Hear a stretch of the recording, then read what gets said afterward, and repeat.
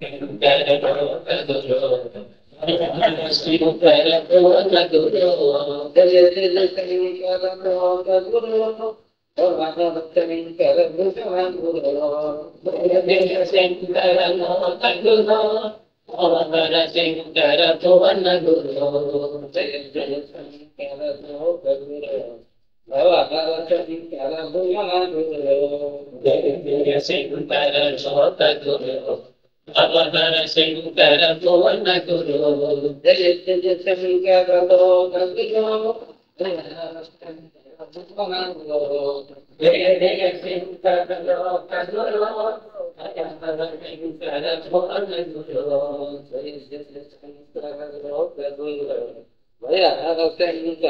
భువన గురు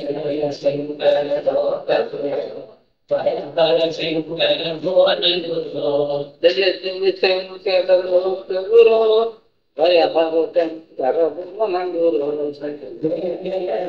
శంకర భువన గురు శంకర భువన గురు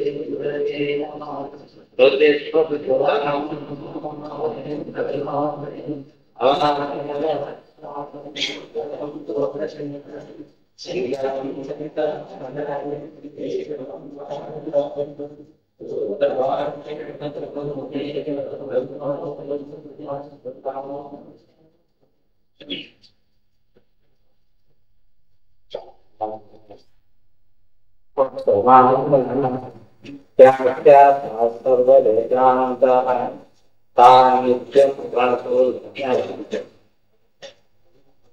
శ్రీమద్పరమానంద శ్రీ శ్రీ సచ్చిదానందేంద్ర సరస్వతి సంయమేంద్ర అపర శంకర్ వారి యొక్క ఆరాధనోత్సవాన్ని దర్శిస్తున్నాం. ఆరాధన అంటే ఏమి? పూజ అంటే సద్గురువులకు పూజ చేయడం. పూజ చేయడం అంటే ఏమి? పత్రాలు, పుష్పాలు, మాలలు తెచ్చి ఆ పటాన్ని అలంకరించేది మాత్రమే అని అనుకుంటే పొరపాటు. అది కాదు. ఆ గురునాథులు ఏ సాధనలను, ఏ సిద్ధాంతములను చెప్పినారో, వారు ఏ రీతిగా నడుచుకున్నారో దానిని మనము గమనించి ఆ రీతిగా నడుచుకోవాలి. అందుకోసమే ఈ ఆరాధన. వారు తమ జీవితంలోన ఎందరో శిష్యులను, మహాత్ములను చూసి ఉంటారు. వారందరూ గొప్పవారే. వారి యొక్క అనుభవాలని వీరు గ్రహించి ఉంటారు. వారు అనేక మంది శిష్యులకు ఆ రహస్యాన్ని బోధించి ఉంటారు. అట్టి వారిని ఆహ్వానించినప్పుడు వారి నోటి గుండా వచ్చి అన్ని ఆ గురునాథుని యొక్క బోధలే. సిద్ధస్య లక్షణాలు సాధకస్య సాధనాన్ని భవంతి అని మధుసూదన సరస్వతి గారి చెప్పారు కదా. సిద్ధుని యొక్క లక్షణాలు సాధకునికి సాధన. దీన్నే గీతా భాష్యంలో ఏం చెప్తా ఉన్నారు? జ్ఞాని కృతకృత్య లక్షణాన్ని అని చెప్పేస్తారు. కృతకృత్యమైనటువంటి వారికి ఏవి లక్షణాలు మరి అవే సామాన్య సాధన.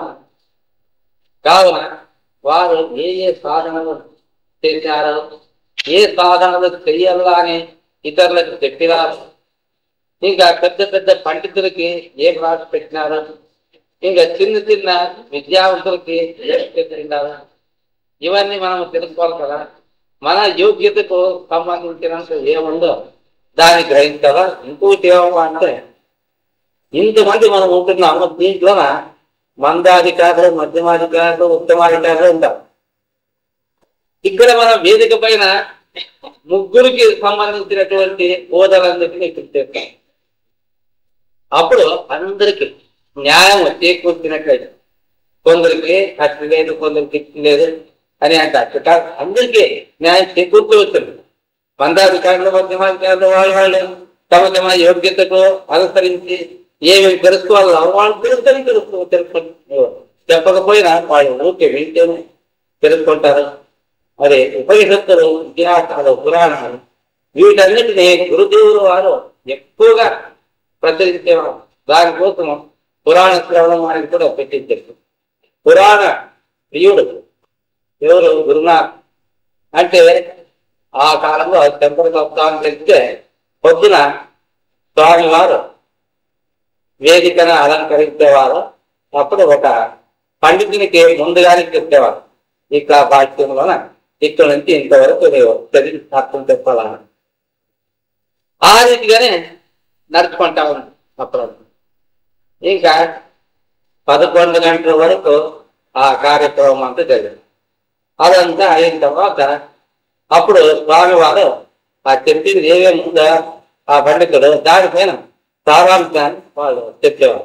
దాన్నే అనువాదము అని అంటారు. అప్పుడు ఆ సందర్భంలో భగవత్పాద స్వాముల వారు, అదే మన బద్దలింగ స్వామి వారు, మేమంతా అక్కడ స్వామివారికి కాపాటుగా ఉండి వారి ముందు కూర్చొని బ్రహ్మలోకములో ప్రజాపతి బ్రహ్మ సభలో ఏ రీతిగా నడుస్తుందో విద్యార్థులు అంతమంది పై స్థాయిలో బోధ జరుగుతారు. కారణం ఏమంటే అక్కడ వినయకి వచ్చేవాళ్ళు అంత గురువులను, శిష్యులు కాగలం. ఇటువంటిది ఎక్కడన్నా మనం చూసినాము. ఒకనొక గురువు చెప్తా ఉంటే 106 మంది గురువులు వచ్చింటారా? అక్కడ ఎక్కడైనా చూసినావా? లేదు. అక్కడ మాత్రం స్వామి వారు ఉన్నప్పుడు మాత్రం బ్రహ్మలోకములో చతుర్ముఖ బ్రహ్మ ఎట్లా కూర్చొని అటువంటి సహకారాలతో దత్తబోధ చెప్తారో అది జ్ఞాపకానికి వస్తుంది. సాంద్రకీర్తికి, కౌశీకి, బ్రాహ్మణం మొన్న గ్రంథాలలో కూడా ఈ విచారం వస్తుంది. బ్రహ్మలోకం యొక్క విచారం అది. ఆ బ్రహ్మలోక విచారం చదివితే కౌశీకి, బ్రాహ్మణంలో అప్పుడు ఇది జ్ఞాపకానికి వస్తుందండి. వైదర్భీపురంలోన అక్కడెక్కడ స్వామివారు అక్కడ సప్తాహాలు పెట్టుకొని ప్రచారం చేస్తూ ఉంటారు కదా. అంత ఎక్కువగా సన్యాసం అక్కడ వచ్చేవారు. ప్రవృత్తి కూడా చాలా బ్రహ్మచారులు ఎక్కడో కొందరు మాత్రం, గృహస్థులు కూడా కొందరు ఉండేవాళ్ళు. కావున అన్ని చోట్ల గురువుగా చలామణి అయ్యేవారే స్వామి దగ్గర సిద్ధులైపోతా ఉంటారు. అటువంటి బోధ ఈ రోజు వరకు మనం ఎక్కడ కానీ వెళ్ళలేదు. ఇంకా మధ్యాహ్నం 3:30-4 అప్పటికి పురాణ పఠనము అనేది చెప్తాము. ఒకనొక పండితుడు పురాణాన్ని చదువుతారు, దాన్ని రహస్యాన్ని స్థానంలో పెడతారు. అది ముగిపోయిన తర్వాత సాయంకాలం 7 నుంచి 8 స్వామిలు ఉంటే ఇక వేరే వాడు ఏం చెప్పేది అనే దాన్ని ముందుగానే దాన్ని అంతా ఒక ఎస్ఏది ముందు అంతా తయారు చేసుకొని దాన్ని తెచ్చేవాడు. ఎంత ఓపిక, ఆ ఓపిక మన పొద్దు వారికి అంత లేదు. వాడు దాన్ని అంతా సిద్ధపడుకొని తెచ్చి దాన్ని అక్కడ సభలో చదివేవాళ్ళు. మధ్య మధ్య కొన్ని ఏమైనా మర్చిపోతే పండితులు జ్ఞాపకాన్ని చూపిస్తాడు. అక్కడంతా అర్థం జరిగింది. పెద్ద పెద్ద పండితులంతా అక్కడ స్వామివారి దగ్గర శిష్యరీతిలో ఉండి వేదాంతాన్ని విన్నటువంటి వారు. అంత గొప్ప వేదాంతం అని, చాలా గొప్ప వేదాంతం. ఇంకా పూర్వము అనేక మంది మహర్షులు తమ్మే వేద ఉత్తరం మామం తపాలంతి సర్వానికి వదంతి అంశంలో బ్రహ్మచర్యం చరంతి ప్రత్యేకరం తండ్రి ప్రవీణ్ ఓం అని యమాచార్యుల వారు చెప్పినారు కదా. మొదటి కింద ఈ విచారంలో ఇతిహాస పురాణాలలో ఉండే లక్ష్యాలు అప్పుడప్పుడు చెప్తాను. అది ఏ గట్టు ఇస్తా ఉంటారబ్బా స్వామిని ఆ పద్ధతులకి అని అంటే ఉపనిషత్తుల్లో ప్రవాహణ దైవం అతని గురించి ఒక ఆఖ్యానం. ఆ ఆఖ్యానం అప్పుడప్పుడు స్వామి వారు పండితులు చెప్పేవారు, దాన్ని చదివి చెప్పండి అని. దాని గురించే ఇప్పుడు చెప్తా ఉన్నాము. మొదటికి ఆరుని అని ఒక మహర్షి ఉండినాడు. అతని కుమారుడు పుట్టినాడు. ఆ కుమారుడు ఆరునీయుడు అని, ఆరుని యొక్క కుమారుడు ఆరునీయుడు అని, లేదా అతనికి శ్వేతకేతు అని కూడా పేరు. ఉద్దాలక ఆరునికి కూడా ఇంకొక అదే పేరు ఆరు, దాన్నే చెప్పేది. ఆయనేమో కుమారుడు అక్కడ ఎక్కడ దుర్గరాష్ట్రంలో అంతా చాలా ఏళ్ళు శ్రవణం చేశాడు. శ్రవణం చేసి ఇంటికి వచ్చి అప్పుడు ఉద్దాలకుడు ఏది కానీ అడగలేదు, వేరే విచారం అడగలేదు. సాంద్రోగ్యంలో ఉండే ఉద్దాలకుడు వేరే అని చూసుకోవాలి. మళ్ళా దీంట్లో వచ్చే ఉద్దాలకుడు వేరే. ఏమప్పా వచ్చినావా, అన్ని చదువుకున్నావా అని అంటే చదువుకున్నా అంతే. కొన్నాళ్ళ వరకు ఇంట్లోనే ఉంటే అప్పుడు తండ్రి తల్లి వాళ్ళంటారు పెళ్లి చేసుకోవా అని అంటారు. అప్పుడు ఈ పిల్లవాడు ఏమంటా ఉన్నాడు, పెళ్లి చేసుకోండి అంటారు, కానీ మా ఇంట్లో డబ్బులు ఎక్కువ ఉన్నాయి. పెళ్లి చేసుకుంటే భార్యకు నగదు నట్ర తీర ఇవన్నీ తీసుకురావాలా. దీనికంటే ఆ డబ్బులు ఎక్కడి నుంచి వస్తాయి, మా ఇంట్లో లేదు కదా. కావున అది ఇంత మనం సంపాదించుకున్న తర్వాత చూస్తాం, అప్పుడు వివాహం చేసుకుంటే అంటే అప్పుడు తండ్రి చెప్తాడు, ఆరోగ్యం నాయన నీవు ఏమి యథార్థ పెట్టుకోవద్దబ్బా, పాంచాల దేశానికి అధిపతి ఉన్నాడు, ప్రవాహన దైవది అని అతని పేరు.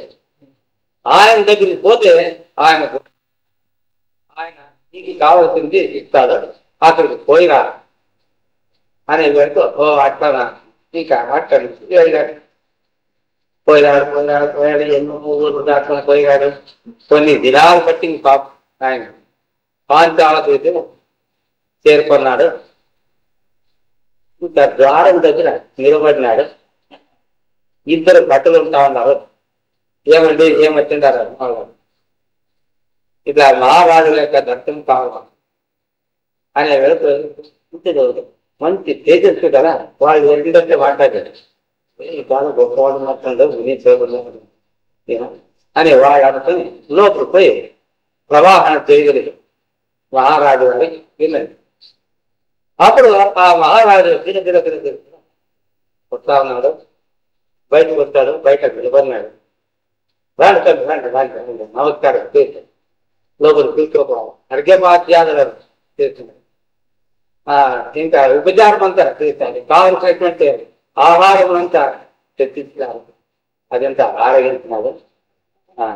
ఏమబ్బా మీరు బాగా గొప్పవారు అనుకుంటున్నారు, మీరు మునీశ్వరు కదా, అక్కడక్కడ అరణ్యాల్లో మీరు ఉంటారు, మీకు ఏమైనా చదువు ఉందా, మీకు మా సేవ ఏమన్నా కావాలి, ఆ సేవ తీర్చడానికి మేము సిద్ధంగా ఉన్నాము, మీ సేవ చూస్తాం. మీరు బ్రాహ్మణులు వేదవేత్తలు, వేదాలని కాపాడేవారు కావున మిమ్మల్ని కాపాడుకునేది మన యొక్క కర్తవ్యం. కావున నీకు ఏం కావాలి అంటే నాకు ఇది కావాలి అది కావాలని అడుగుతాడు. అదే పని వచ్చినాడు. తమలో ఏమనుకుంటారు, నాకు ఇటువంటి వస్తువులు కావాలని అడిగితే బాగుండదు కదా, ఊరికే నాకు పెండి ఇష్టం పుట్టింది కావున నాకు ఆభరణాలు గుడ్డలు ఇచ్చిడపా అంటే అంత బాగా కనబడదు, నా యొక్క ప్రతాపం కొనుక్కుని చూస్తాను, నా విద్యాబలం కొనుక్కుని పెడితే బాగుంటుంది అని లోపం. ఏది బుద్ధి అంటే బలం ఏముందో చూప అక్కడ సాక్ష్యముంటుంది. వద్దు వచ్చింది కావాలని ఇది వచ్చినావు మరి ఎక్కడ ఏదో చూస్తూ అక్కడ వాళ్ళు పుట్టింది తీసుకొని వచ్చిన తర్వాత పోయాడు. నీవు అట్లా తీసుకొని వద్దు అని లోపల సాక్ష్యం. బుద్ధి ఏమంటుంది, ఓహో దగ్గరికి పో వాళ్ళని అడుగు, ఆ పండిత పరిషత్తు ఉంటుంది వాళ్ళ దగ్గర, ఆ పరిషత్తులో ఉండే వాళ్ళకి ఓడించి నీవు అక్కడ వాళ్ళకి ఓడించిన తర్వాత ఇస్తారు కదా, అయిపోయి అది తీసుకెళ్ళిపోవాలి అని అంటాం. ఒక నిత్యానికి ఇది కూడా బాగుంది, ఈ ఆలోచన కలిగిండేది. ఊరికి తీసుకపోతే ఏం ప్రయోజనం లేదు. ఊరికి పోయిన తర్వాత మరి ఇంత ఇచ్చింటారు కదా, నలుగురు అంటారా ఎంపీ రబ్బా ఏమో ఆయన అంటే ఇక్కడంతా జరిగినటువంటి దాంట్లో చెప్పాలి కదా, అక్కడ నా ప్రతాపం అంతా చెప్పచ్చు కదా అని ఇట్లా మనకు ఏం అప్పడపడతా ఉన్నారు. ఏమండి ఏమి మనసులోనే ఏమో అనుకుంటా ఉంటారు, మరి మీకు బ్రహ్మచారి మాదిరి కనబడతా ఉంటారు, మీకు ఎన్ని గుర్రాలు కావాలో చెప్పండి, ఎన్ని ఆవులు కావాలో అని, బంగారం ఎన్ని మణుగులు కావాలో, వజ్ర వైద్యులు రాదు ఎన్ని కావాలో అవన్నీ అడగండి, మేము ఇచ్చడానికి సిద్ధంగా ఉన్నాము అంటే అప్పుడు ఏమంటారు, ఓ మహారాజా కొంచెం ఊరుకుండు, ఆ విషయం చెప్పుకోవద్దు, నీ సభలో పండిత పరిషత్తని ఉందా? మా తండ్రి మాట్లాడేటప్పుడు చెప్పినాడు వాళ్ళ దగ్గర పండిత పరిషత్ ఉంది అని. మరి పండిత పరిషత్ ఉంది అంటే ఉంది. మీ పండితులంతా నేను ఓడించాలను, ఓడించిన తర్వాత అప్పుడు మీరు ఇచ్చే ఏమేమి ఉందో అని అడగదాను, అదంతా నేను తీసుకుపోతాను, అంతేకాని ఊరికే తీసుకుపోయేదైతే ఓడించి తీసుకుపోతాను. అప్పుడేమంటాడు ఆ మహారాజు ప్రవాహన దేవుడు, నాయన అదంతా వద్దు, నీ ఇంకా పిల్లవాడు, నీకు ఇంకా ఏమి తెలియదు, గురుకులములో ఉండి వచ్చినావు, బ్రహ్మజ్ఞానం యొక్క స్వభావము స్వరూపము నీకు ఇంకా తెలియదు, తెలిసినట్లా కనబడదు, కావున నీకు ఏం కావాలో దానికంటే ఎక్కువ ఇంకా ఏమైనా అడుగు, ఇచ్చేదానికి సిద్ధంగా ఉన్నాను అని అంటా ఉన్నాను మహారాజు. కానీ ఇతడు మాత్రము అహంకరిస్తా ఉన్నాడు, ఓ నీవు నన్ను చూసి భయపడతా ఉన్నావు కదా రాజా, నా పండిత పరిషత్తులోన ఉండేవాళ్ళంతా ఆ జ్ఞానులు, వాళ్ళని ఈయన ఓడిస్తాడో ఎట్లా ఈ బ్రహ్మచారి అని నీకు అనుమానమై ఉండవచ్చును అని నేను అనుకుంటా ఉన్నాను. ఎందుకంటే నేను ఎంత కోరుకున్నా మరి ఒప్పుకోలేదు కదా నీవు, నాకు అదింత సరిపోయలేదు, మీ యొక్క పరిషత్తు ఎక్కడుందో తెలియండి అని అంటాను. అప్పుడు మహారాజు, మా పండిత పరిషత్ అట్లన్నీ నేనున్నాను కదా, నన్ను ఓడిస్తావా? ఓ సాధ్యమైతే ఓడిస్తాను. అప్పుడు ప్రశ్నలు అడుగుతాడా మహారాజు, నేను అహంకారంతో ఉన్నాను కదా, నేను ఓడిస్తాను అట్లా ఇట్లా అని. మనింటికి చనిపోయిన తర్వాత ఏ దారిలో ఎక్కడెక్కి పోతాడు చెప్పు. అయ్యో ఇంకా తర్వాత అట్లా రాదా నీకు ఊరికే కావాలి. అట్లా పోయిన వాడు ఏ దారిలో మళ్ళా వస్తాడు? ఏం లేదు, మాట్లాడేది మనసులో అనుకుంటా ఉన్నారు. గురుకులంలో మనిషి జరిగిపోయిన తర్వాత ఎక్కడ పోతాడో ఏంటి, మరి ఎక్కడ వస్తాడో ఏమో, ఇంకా మేము ఉన్నట్టు వచ్చారప్ప అని అనుకుంటా ఉన్నాం. పోవాలి లేప, అది నీకు అర్థం కాదు కదా. కర్మ చేసేవాళ్ళు, సత్కర్మలు చేసేవాళ్ళు ఎక్కడికి పోతారు చెప్తావా? అది ఇంకా కర్మలు చేస్తావా? వాళ్ళు ఎక్కడికి పోతారో ఎక్కడ ఎవరికి తెలుసు. గురుకులంలో నేను నేర్చుకోలేదు కదా అని అనుకుంటా ఉన్నాడు. కొంతసేపటికి మహారాజు, ఏమబ్బా అయిపోయినా నీకు రాదేమి, ఊరికే ఉన్నాడు. ఇంకోటి అడుగుతాను చూడు, ఉపాసన చేసిన వారు ఎక్కడికి పోతారు చెప్తావా? ఆ దారి ఏ దారిలో పోతావు అది నీకేమైనా తెలుసా? తెలియదు మహారాజా. పోని ఇంకా సులభమైంది అడుగుతాను. మృత్యులోకంలోన ఎంతమంది ప్రవేశించినా అది పూర్తి కాదు, భర్తీ అయ్యేలేదు. అదేమో చెప్తావా? ఎందుకు అట్లా అనేది చెప్తావా అని. అది రాదు. పోనీ కర్మలోన ఆజ్యాన్ని పోస్తాం కదా అగ్నిలోన, దానిలో వెలిగేది కదా, వెలిగే స్వభావం ఉంటామండి అగ్నికి. ఆ అగ్ని తత్వము ఎటువంటిది, అది దాని గొప్పతనము ఏమై ఉండవచ్చును చెప్తావా? అది రా. ఏమడినా ఇన్ని చెప్పిన తర్వాత ఒక్కదానికి కూడా జవాబు చెప్పలేకపోయినాడు. అప్పుడు మహారాజు అంటాడు, నాయన నీవేమి తల వంచుకోనండి ఆ పాపం, సరే నీకు ఏది తెలిస్తే ముందే చెప్తే కదా, పండిత పరిషత్ సమాచారం ఎందుకప్ప నీకు అని చెప్తే నీవు వినలేదు. నీకు ఊరికి ఇచ్చి పంపిస్తా ఉంటుంది కదా, నీవు ఈ రీతిగా ఉంటుండావు. సరే నీకు కావాల్సింది అంత పంపిస్తాను. ఎన్నో ఆవులంట, ఇంకా ఏమేమి ఉందో వాటాన్నిటిని పంపించు. ఇతడు కానీ అప్పుడన్నా అడగాలి కదా, మహారాజు యొక్క పాదాల పైన పడి, ఓ మహారాజా నేను నీకు పిచ్చిడబ్బా, నాకు ఇవన్నీ తెలీదు, నీవు అడిగినవి ప్రశ్నలు, దానికి జవాబులు చెప్పు అంటే చెప్పుకున్నట్ల ఆ ఆవుల వెంబడి వెళ్తా. ఇప్పుడు చూడండి భయపక్క దృష్టి అనేది ఎక్కడికి వచ్చేది, ఇవన్నీ నావి అనేది ఒక భావన పుట్ట. ఇక మహారాజు చెప్పేవాడు పాపాన్ని, వీరికి సామాన్యంగా ఏముండొచ్చిందంటే భావన, నేను బ్రాహ్మణుడు, ఆయన క్షత్రియుడు. బ్రాహ్మణుడు శిష్యుడు కావాలా అని అంటే అప్పుడు ఎవరైనా కానీ ఎక్కడైనా శిష్యుడు కావాలా అంటే వాళ్ళు నారు బట్టలు కట్టుకోవాలా, నేను నారు బట్టలు కట్టుకొని ఈ నిత్య దృష్టిలో ఉండవచ్చు ఈ మహారాజు దగ్గర. అప్పుడు ఇట్లుంది అనే విషయము మన బాంధవులకి మిత్రులకు తెలిస్తే వచ్చి ఏం రా ఇట్లయిపోతుంది అని వాళ్ళు అంటారు. పోతే పోయేదే ఆ ప్రశ్నలు జవాబులు అవి కట్టడం నేనేం చేస్తుంది, దాన్ని ఇండిగా ఇస్తారు అని కనుకొని తన ఇంటికి కథలు కూడా కుమారుడు ఊరు చూస్తా ఉన్నారు, అన్ని తెస్తా ఉన్నారు. కుమారుడు ఆనందపడినాడు ఆరను.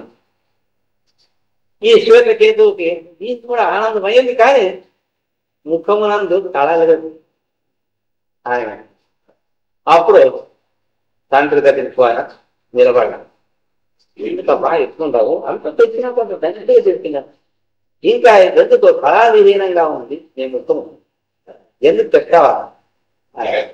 అప్పుడు చెప్తాడు, ఓ తండ్రి అక్కడికి పోయినప్పుడు కొన్ని ప్రశ్నలు అడిగాను, ఒక్క ప్రశ్న కూడా నేను జవాబు చెప్పలేకపోతే ఏం చేయాలా? ఓ అట్లానా? ఆ ప్రశ్నలు ఏమబ్బా ఏమన్నా రాసుకొచ్చేవా? ఏం లేదు. అయ్యో ఏమీ లేదా? మరి నీవెట్లా వాడు ఐశ్వర్యమే ఎక్కువైపోయినా నీకు, నీవు ఈ రీతిగా చేసి మందులు కాదప్ప పోలేదు, నీవు తెలుసు రాలేదు. ఈ రహస్యాలు ఏది అనేది నాకు ఇంతవరకు కూడా నాకు కూడా తెలీదు. అనేక విషయాలు నేను అప్పుడప్పుడు మహాత్ముల దగ్గరికి పోయి తెలుసుకుంటా ఉంటాను.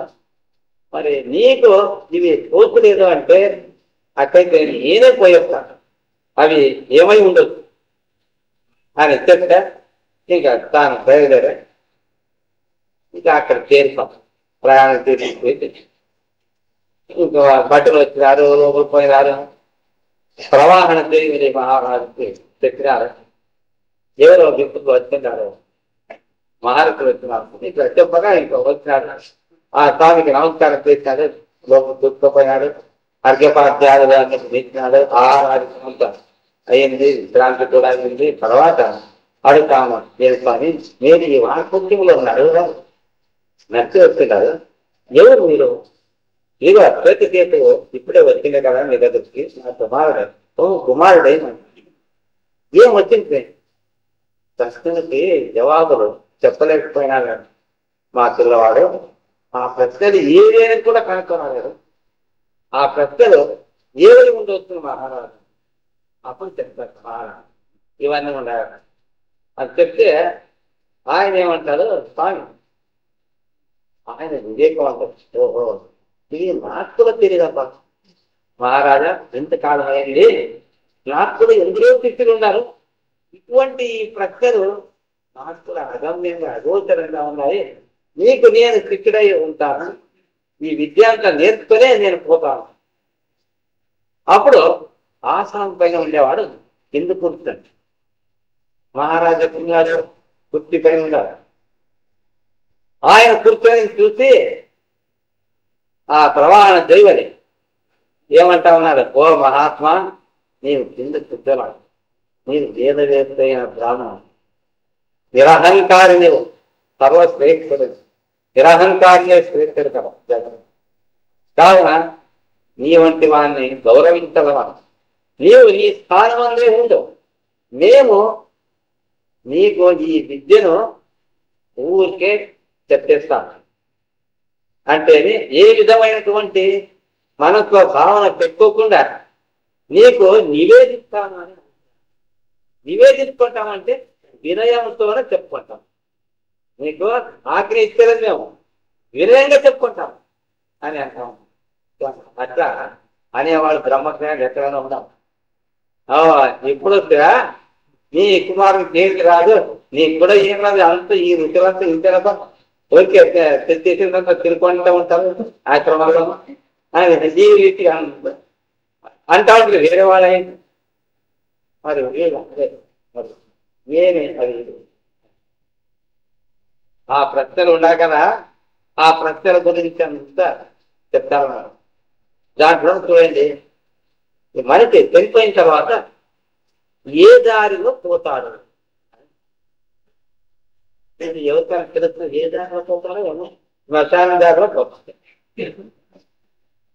అదే ఉండొచ్చు అని అనుకోవచ్చు.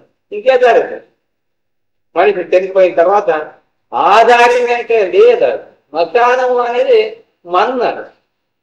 ఇక్కడ ఈ దివాత్మ ఎక్కడికి పోతాడు? ఎక్కడికి పోతాడమ్మా? ఎక్కడికి పోతే నీకేమయ్యా? నీకు తినేసుకుంటే చాలు, ఇంకేది అదంతా అని అనేదానికి లేదు. ఒక జిజ్ఞాస ఉంది అందరికి. అవుతున్నట్టు మనం చూస్తాము, ఇన్నాళ్ళు పడతాము, చనిపోతాము. మరి ఎక్కడ చనిపోతాము, ఎక్కడికి పోతాము? చనిపోయినప్పుడు అది తెలుసుకోలేదు కదా. ఇంతకాలం అయింది, వార్ధక్యం వచ్చింది. వార్ధక్యం వచ్చిన వాళ్ళకి కూడా తెలియదు. ఇంకా సామాన్యులకంతా ఏం తెలుస్తుంది?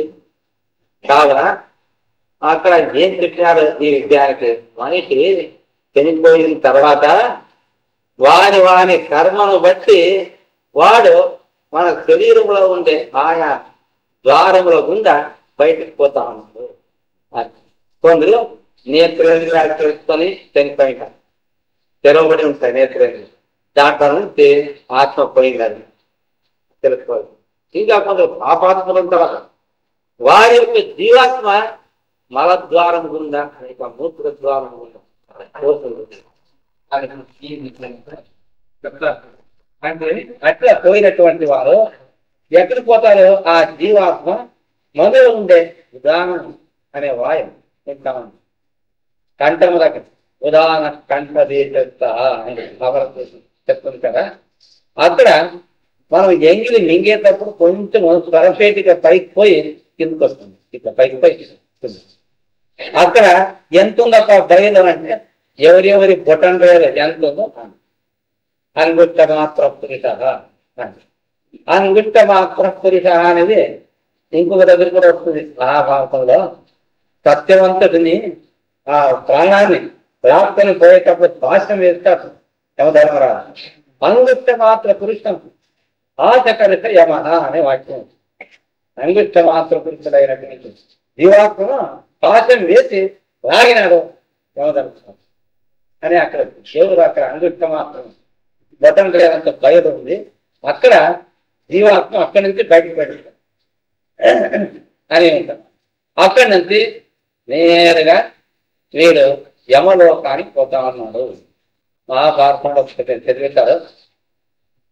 ప్రతి ఒక్కరు ఎవరున్నా ఒక కర్మ చేసిండు, ఒక ఉపాసన, భక్తి మార్గము, ఏదైనా ఒక ధర్మ మార్గము వాటిని అవలంబించి ఉన్నప్పటికీ వెళ్ళిపోయినప్పుడు ప్రతి ఒక్క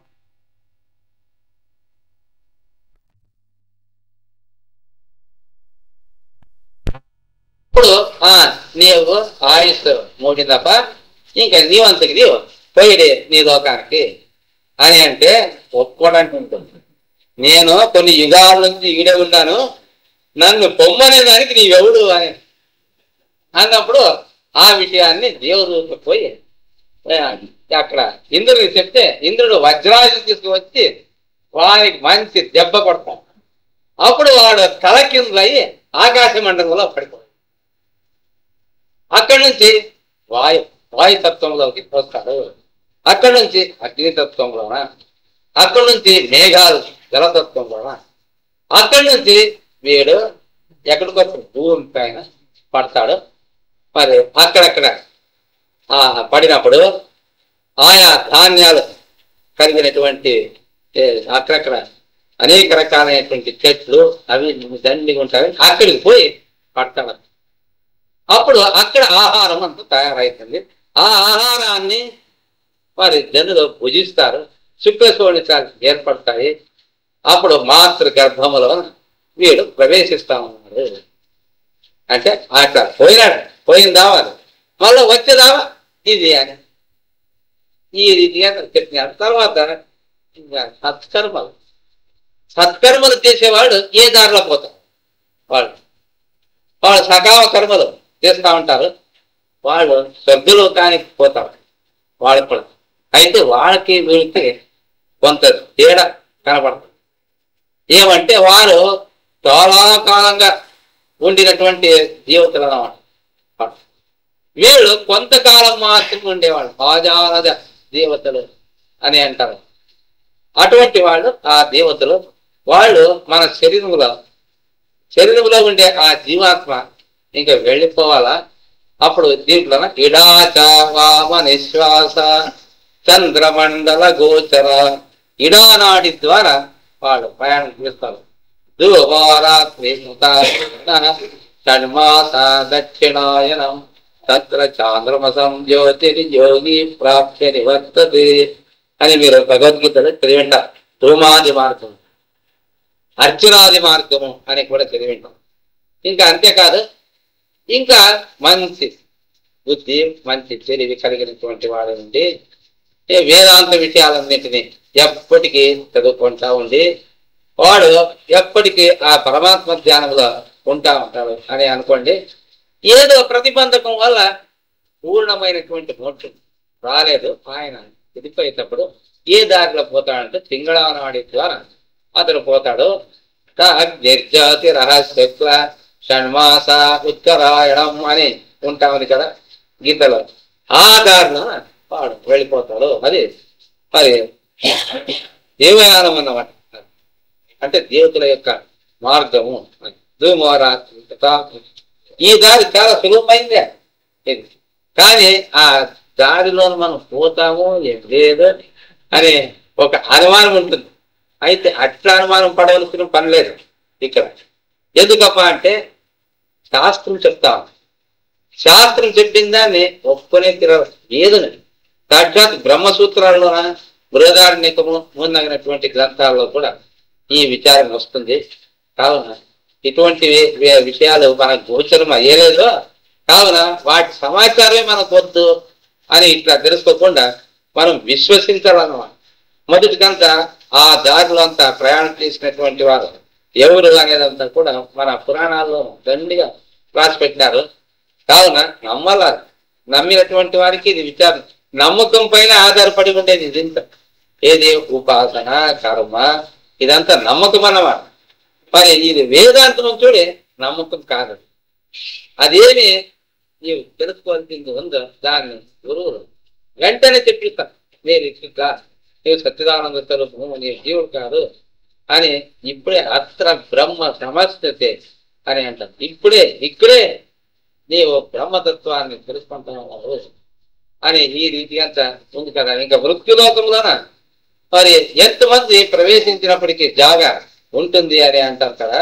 దానికి ఏం కారణమై ఉండవచ్చు అంటే వేరే వెంటనే పెరిగిపోతా ఉంటుంది. ఎందరో చనిపోతా ఉంటారు, మరి ఎందరో పుడతా ఉంటారు, వస్తూ ఉంటారు. మరి అక్కడ ఖాళీ అయింది వెనక్కి లేదు, వెనకనే వస్తారన్నమాట వాళ్ళకి. కావున వెలువెలుకనే అనేక మంది పాపాత్ములు పుణ్యాత్ములు వస్తూ ఉంటారు. కావున ఆ ప్రశ్న అక్కడ ఉపపన్నం అయ్యలేదు. ఆ తర్వాత ఇక తరళ ద్రవ్యం అన్నమాట. తరళ ద్రవ్యం అంటే అగ్నితత్వం అన్నమాట. ఈ అగ్ని యొక్క గొప్పతనం నీకేమైనా తెలుసు అని ఈ రీతి అడిగిండే కదా. అన్ని వేదాల్లో కానీ మొట్టమొదట అగ్నినే స్తోత్రం చేసి ఓం అని శురు చేస్తారు కదా. ఓం అగ్నిమీళే పురోహితం యజ్ఞస్య దేవం ఋత్విజం అని ఇట్లా వేద మంత్రాలు అంతా కూడా ఉంటాం. అగ్నిదేవుణ్ణి ఆరాధించేదే గొప్పతనం. అందుకోసమే మనము అగ్నిదేవుణ్ణి ఆరాధిస్తా ఉన్నాం. సాయంత్రం దేవుని యొక్క దీపం అంటించి ఇట్లా నమస్కారం. దీపం జ్యోతి పరం బ్రహ్మ, దీపం జ్యోతి పరబ్రహ్మ, అదే పరబ్రహ్మ. దీప సర్వతమోపహ దీపేన సాధ్యతే సర్వం సంధ్యా దీప నమోస్తుతే. మన ఇండ్లలో కూడా మనం దేవుని పూజ చేసేటప్పుడు మొదట ఏం చేయాలా? కసువు నొక్కేదానికి పోతారు, అట్లా చేయరాదు. మొదట ఏమో దీపాలు అంటియాల.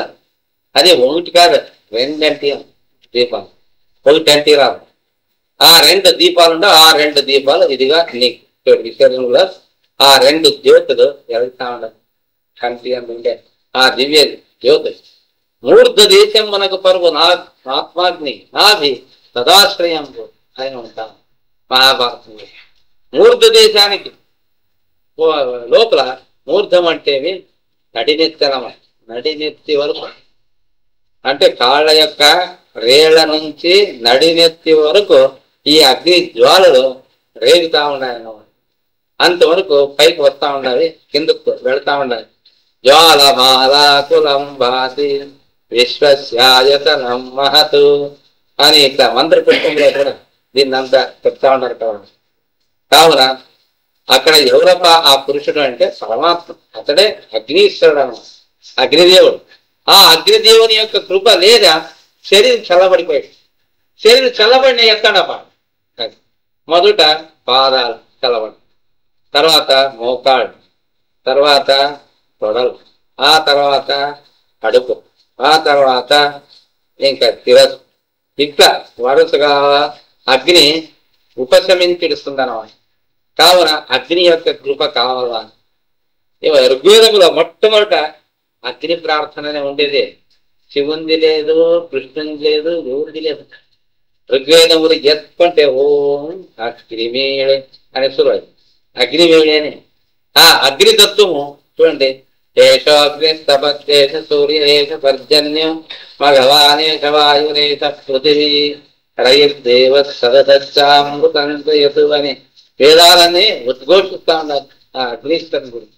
అగ్నిదేవుడు కొంచెం లేదప్పంటే చూడండి ఎంత మాత్రమా ఇప్పుడు కరెక్ట్ అయింది. అప్పుడు ఎంత అసమాధానం అందరికి. ఎప్పుడు ఆ దీప్ వచ్చేస్తాను ఇంక అందరికి నెమ్మది. ప్రపంచం అంతా అంధకార బంధురం అయింది అనుకోండి ఈ క్షణంలోనే. అప్పుడు ఎక్కడి నుంచి వచ్చే జ్యోతి కూడా లేదనుకోండి. ఎక్కడ సూర్యమండలము, తర్వాత చంద్రమండలము, నక్షత్ర మండలము, తిరుసుమార చక్రము, అక్కడంతా ఉన్నాయి కదా అన్ని జ్యోతులు దేవుడు వెలిగిస్తున్నాడు. అక్కడ ప్రైట్ అక్కడ ప్రైట్ అన్ని వెలిగించేసాడు. అనంతకోటి బ్రహ్మాండ నాయకుడు ఆయన ఊరికే ఉంటాడు. ఆయన దీపాలు అంటించేశాడు. ఆయన ఎప్పుడు చూస్తే ఆ దీపాలు కనబడతా ఉండవి. కావున ఆ తత్వాన్ని తెలుసుకోవాలి. అగ్నితత్వం అని దానికి జవాబు. ఈ విషయాలన్నింటినీ ఆయన బోధిస్తాడనమాట. మహారాజు ఇతనికి బోధిస్తే ఈ బ్రాహ్మణునికి ఆయన దాన్నంతా తెలుసుకొని మరి తన కుమారునికి దాని గురించి చెప్తాడు. అంటే దాన్ని అక్కడ ముఖ్యంగా బ్రహ్మసూత్ర భాష్యంలోనే దీన్ని తీసుకున్నాం. ఈ విచారం తీసుకున్నాం. ధూమాది మార్గము, అత్రాది మార్గం అని వస్తుంది. అది కూడా మీరు చూడవచ్చును. భగవద్గీతలో కూడా ఈ మార్గాల గురించి అంతా చెప్పిండారు. ఇంకా అంతేకాకుండా ఇంకొక ఉదాహరణ, ఇట్లా బ్రహ్మచారి ఇతడు సరి అయినటువంటి వాడు. బ్రహ్మచారిలో అందరూ బాగుంటారని కాదు అర్థం. అందరూ తమ స్వార్థానికి సంబంధించినటువంటి వాళ్ళు కూడా ఉంటారు. మా స్వామి ఉన్నప్పుడు మధ్యాహ్నం పూట పురాణము అనే అంటే కదా ఒక బ్రాహ్మణునికి చెప్పాడు ఒక పిల్లవాడు. ఆ పిల్లవాడు దాన్ని అంతా తిరుగుతా ఉన్నాడు. బ్రహ్మచారి రక్షణ, బ్రహ్మచారి రక్షణ అది ఏమి అనేది ఉంది భారతంలో. దాన్ని చదువు అని చెప్పిందని చదువుతా. బ్రహ్మచారి ఉప్పు తినకూడదు అని. అప్పుడు ఈయన అర్థం చెప్పాలి కదా. బ్రహ్మచారి ఉప్పు తినకూడదు అంటే ఎక్కువ తినకూడదు, కొంచెం తినరు అంటే. అప్పుడు మా స్వామి నవ్వి దాంట్లో ఎంత ఉంది అంతే చెప్పప్ప, అది ఎక్కువ చెప్పట్లేదు. ఎంత ఉంది అంటే అది ఇట్లా చెప్తే ఎట్లా లేకుండా మళ్ళా దాన్ని చేరుతా అది అట్లా అట్లా బ్రహ్మచారులు ఉండాలి అక్కడక్కడ. అయితే కౌత్సుడు అనే ఒక బ్రహ్మచారి ఆయన లేదు. అతనికి సంబంధించిన కథ పురాణాల్లో చాలా ప్రసిద్ధంగా ఉంటా ఉంది. వరతంతు అనే ఆయన గురువు అన్నమాట కౌత్సునికి. కౌత్సుడు చాలా బీదవాడు. వరతంతు ఆయన అనేక మంది విద్యార్థులు, రాజకుమారులు మొదలైనటువంటి వారికి అంతా విద్యాబోధన చేసేవాడు. స్నాతకోత్సవం అనేది జరుపుతారు, కాన్వకేషన్ అంటారు కదా, అది జరిపినారు. ఇక ఇంటికి పోయి వాళ్ళంతా పోవచ్చు కదా. అప్పుడు గురుదక్షిణ ఇచ్చుకొని పోతా ఉన్నారు అందరూ. గురుదేవుడు తీసుకుంటా ఉన్నాడు ఆ గురుదక్షిణ. కడాకి ఒక పిల్లవాడు కిందకి పడినాడు. పోపా నేను పోయాడు, నీ దగ్గర ఏం లేదు బాబు, నీ ఇంటికి పోయాడు అంటే ఆ పిల్లోడు ఏమంటాడు, లేదు లేదు స్వామి, మీకు నేను ఏమన్నా ఇచ్చుకొనే తీరాల, అందరూ ఇచ్చిండారు కావున నేను మీకు ఇయ్యాలా, ఏమి ఇయ్యాలా అనేది మీరు అడగండి నేను ఇస్తాను ఇట్లంటాడు అని అనుకుంటాం. వీడి దగ్గర ఏమీ లేదు, బీదవాడు, ఏమి ఇస్తాడు, నీవు అడుగు నేను ఇస్తానంటాను అని మన తండ్రి అనుకోని, వద్దాపా నీ దగ్గర ఏమీ లేదు, నాకు తెలుసు మీ తల్లిదండ్రులు ఎట్లా వాళ్ళు అనేది, అటువంటి వద్దు, ఇంత విద్య నేర్చుకున్నావు కదా, నీవు బయట బీదలైనటువంటి వారికి ఇంకా ఇతరులకి విద్య నేర్పు, నేను నేర్పిన విద్యను ఇతరులకు నేర్పితే అదే గురుదక్షిణ అవుతుంది, నీవేం ఆలోచన చేయొద్దు పో అంటాడు. గురువే మంచివాడే కదా పాపం, వద్దు ఆయన ఎక్కడికి వచ్చావా, ఈయన అటం పట్టే లేదు మీరు అడిగే తినాలి, నేను ఇచ్చే తినాలి. అప్పుడేమి కోపంతో ఏమంటాడు, 16,000 బంగారు నాణ్యముల్ని తెచ్చేయాలి తెలుసా, తెచ్చిస్తావా స్వామి, మీ కృప ఉంటే తెస్తాను. ఇంకా అక్కడి నుంచి వెళ్తా. చాలా దూరం పోతా ఉన్నాడు, అలసట ఎక్కువైపోయింది. చెట్టు కింద విశ్రాంతి తీసుకున్న తర్వాత ఒక ముసలాన్ని అట్లా వచ్చి, ఎవరప్పా నీవు, ఎందుకు ఇట్లా పంటాడినావు, ఏమి కథ చూడండి కంత ఉంది, మరి గురువు 16,000 నిష్కాలు అడుగుతా ఉన్నాడు, ఆయనకి ఇయ్యాలా, అవి ఎక్కడ దొరుకుతాయి, మీకేమన్నా అనుభవంలో ఉందా. అప్పుడు ఏమంటాడు ఆయన, రఘు మహారాజు నీకు తెలియదు, రఘు మహారాజు దగ్గర పోతే ఆయన ఇస్తాడు చూడు, మరి ఎక్కడ పోవాలా, ఏ దారిలో పోవాలా, దాంతో చేస్తే ఇంకేమి పోవాలి, రఘు మహారాజు యొక్క ఆస్థానానికి పోయాడు. దివ్యమైన బ్రహ్మచారి చూస్తే ఆనందపడినాడు. రాపా రాపా అని లోపలికి పిలుచుకోపోయాడు. ఆయన అర్ఘ్యపాత్ర ఇచ్చినాడు. అడుగుతా ఉన్నాడు, ఓ బ్రహ్మచారి ఎందుకు వచ్చినావప్ప, నీకు వివాహార్థం ఏమన్నా కావాలా అని అంటా ఉన్నాడు. ఈయన వివాహార్థం కాదు, మా గురువుల వారికి నేను కానుక ఇచ్చుకోవాలి. ఎంత, 16,000 దీనికి కావాలి. ఓ అంతేనా, ఏం చేయాలప్పా, చూడు ఇక్కడ పరిస్థితి ఎట్లుంది చూడు. చూసా ఇతడు నారు బట్టలు కట్టుకున్నాడు రఘుమారాజు. ఇంకా అక్కడంతా కుండలు, పానలు, ముంతలు ఇవన్నీ పడినాయి అక్కడే సభలో. అట్లోట ఆయన నీరు తాగేదానికి ఒక ముంత పెట్టుకుని, ఇవన్నీ చూసా పిల్లవాడు, ఈ దగ్గర అన్ని కుండలు, పానలు, ముంతలు ఉండేవి, అన్ని పోయినవి, ఏమో దివాళా తీసేట్లున్నాడు అని అనుకుని ఊరికి తల వంచుకున్నాడు. నీవేమి భయపడవలసిన పని లేదప్ప, నా దగ్గర ఏమి లేదు, వేరే వాళ్ళ దగ్గర ఉండే ధనం తెచ్చి నీకు ఇస్తా, నీవు ఏం చింతించవలసిన పని లేదు అని చెప్పా. ఒక కాగితం చూసుకొని కుబేరునికి జాబు వెంటనే 16,000 నిష్కాలు పంపాడు. దూత పోయినాడు కుబేరుని యొక్క పట్టాను అలకాపు పోయినాడు. అతని కుబేరునికి చూపిస్తే, మా దగ్గర పైసా లేదని చదువుతూ పారు. దూత వచ్చే రఘుమారాజు కోపం, చించేసినాడు, ఎంత గర్వం ఉంటామంటుంది. అప్పుడు సైన్యాన్ని సమాయత్తం చేయండి, ఆ కుబేరుని పైన యుద్ధాన్ని ప్రకటించండి, వాని యొక్క కోశాగారంలో ఉండే ధనాన్ని తెస్తాము అని చెప్పేది. ఈ సమాచారం ఎట్లా ఏమో కుబేరుని చెవిలో పడింది.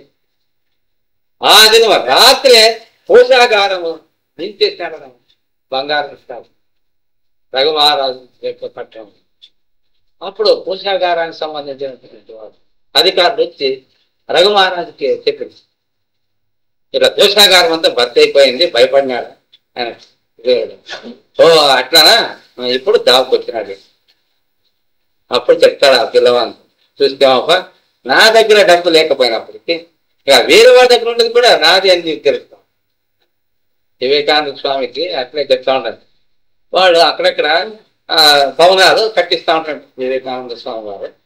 ఆ కట్టించే సందర్భంలో, ఏం స్వామి చాలా డబ్బు కావాలి, దీనికి లక్షలు కావాలా, ఎక్కడ తెస్తారు, మీది అకౌంట్ లేదు, ఏమి లేదు, మీది ఒక ట్రంక్ లేదు, ఏమి లేదు, డబ్బు మీ దగ్గర డబ్బే లేదు కదా, మీరు ఎట్లా కట్టిస్తారు, డబ్బు లేదా, ఏమయ్యా ఎట్లా మాట్లాడుతూ, ప్రపంచంలో ఉండే జనుల్లో ఉండే వారి దేవుళ్ళలోను ట్రంకుల్లోనూ ఉండే దుడ్లన్నీ ఎవరంతాయి, అవన్నీ నావి, మనకు పని పడలేదు, పని పడినప్పుడు అవన్నీ తెప్పించుకుంటాం అని అంటారు.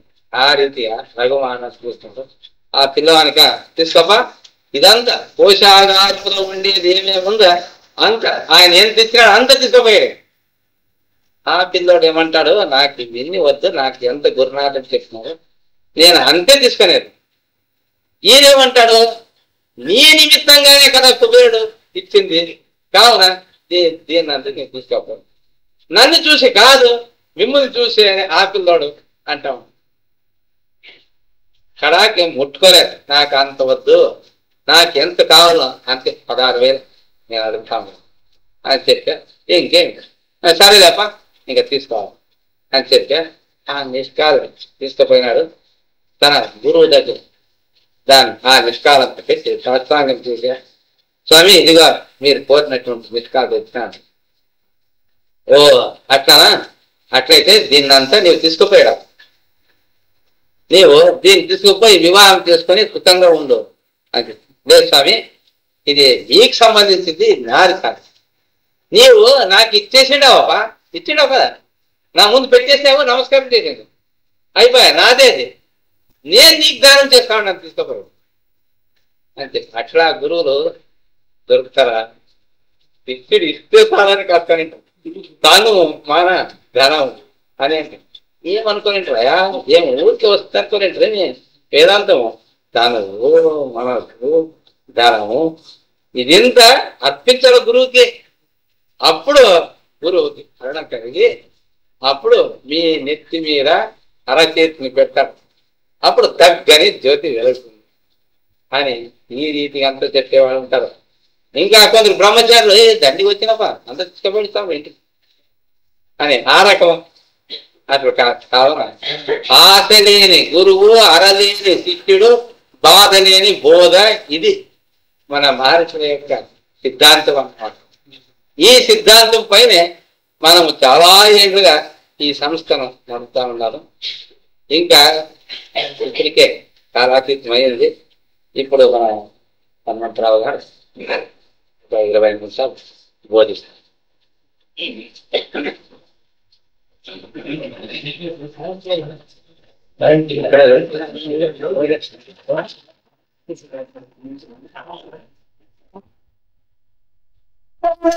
వేదాంతామృతి చంద్ర మంగళాజయ మంగళ ఆదిశంకరన ప్రధానత్రయ భాగ్యసాగర దేవంధనని శోధిసి వేదాంతర పరిశుద్ధియను